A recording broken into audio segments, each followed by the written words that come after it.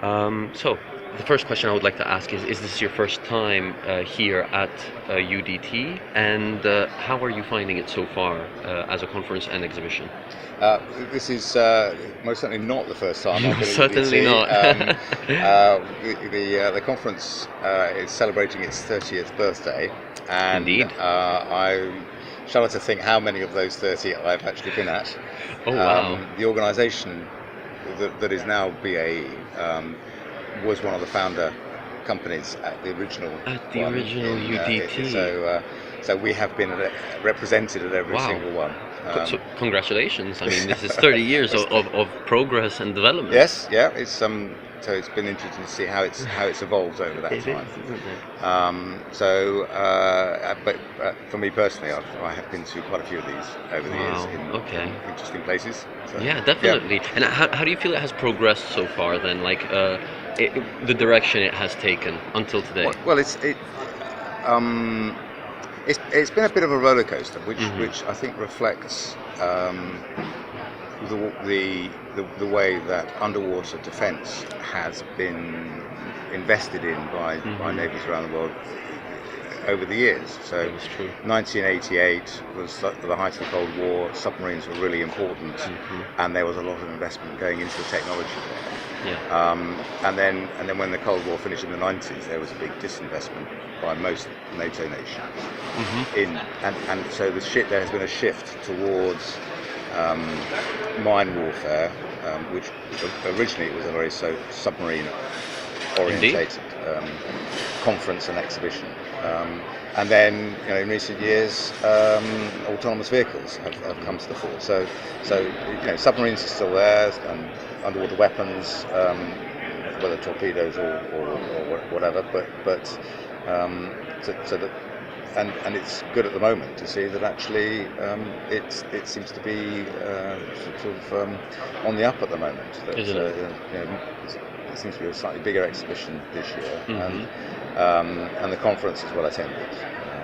Yes. What's unique about UDT is that it's the conference that people come for, and then the exhibition is sort of tacked on the side of that, which is very useful for us. But it's the conference, so it's the quality of the conference that's important in order to get the experts that we want to engage with in the building.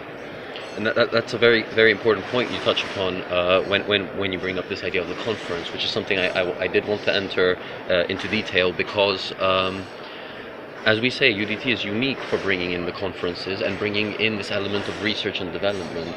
Do you feel like this has given an impact in the ways that companies and organizations or governments deal with developments in the sector, in the defense sector? Do you feel that there has been a massive shift or at least some kind of push because UDT has helped to promote this?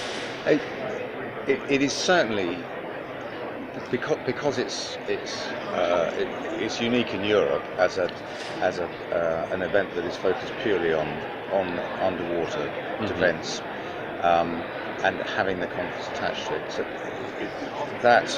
it is an opportunity for the companies that are active in this particular sector all to get into one place and to engage with customers and scientists who are focused in this specialist area.